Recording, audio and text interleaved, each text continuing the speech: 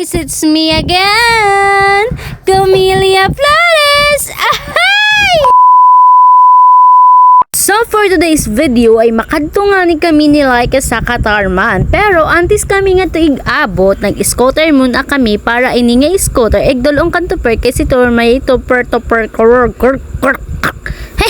demonyo nga pag binoise record. So ito nga ni ibibiling ko ni scooter kay Tupper kay mayon nga ni siya sulod, di ba, sa GNT, tapos ini ako ang nag-drive, tapos si Laika angkas ko nga ni siya. Di kan adi na nga ni kami sa sampan pero di ginupay-upay kun ako buhok kay nagurho nga ni nga demonyo nga boka ambot man sini. Pero pagtabok na mo si nga demonyo nga sampan ay hatek mabalod-balod kaya yan.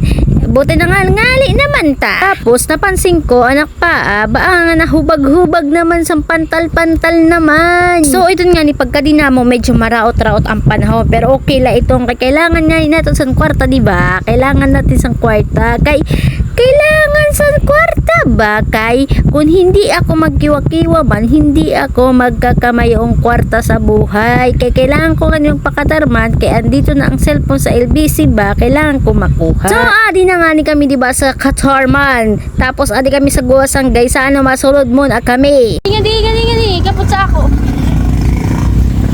Hoy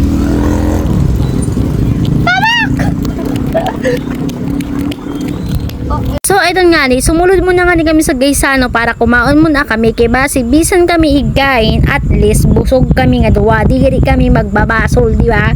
Maupay lalat nga ni kay dito ilang pilangan sa Jollibee diri kami maghihimatay pag hinulat kay nga demonyo pati ang serving, di ba, maiha pag mapatay ka talaga pag hinulat in magtinipay-tipatay ka la di hampak sa kanara rimati ka nga tipatay ka talaga.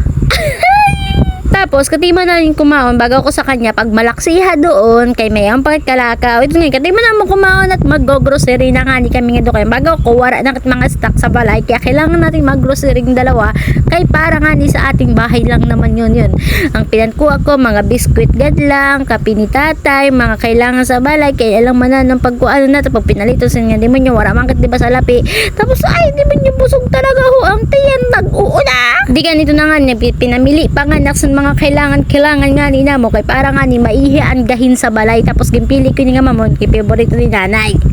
Ini man ang bago ko man sa kanya pagpili na san imo pipiliun doon ay pag inarte kay tulangon ko lugod ikaw doon. Tapos yan, di ba, pamili-mili lang ako dito kay para nga ni madara mo na isak sa balay basi bisan kami magkinaong kaon at least daramin amo stock. Tapos na pinila na kami didi kay human naman kami magpili-pili, di ba?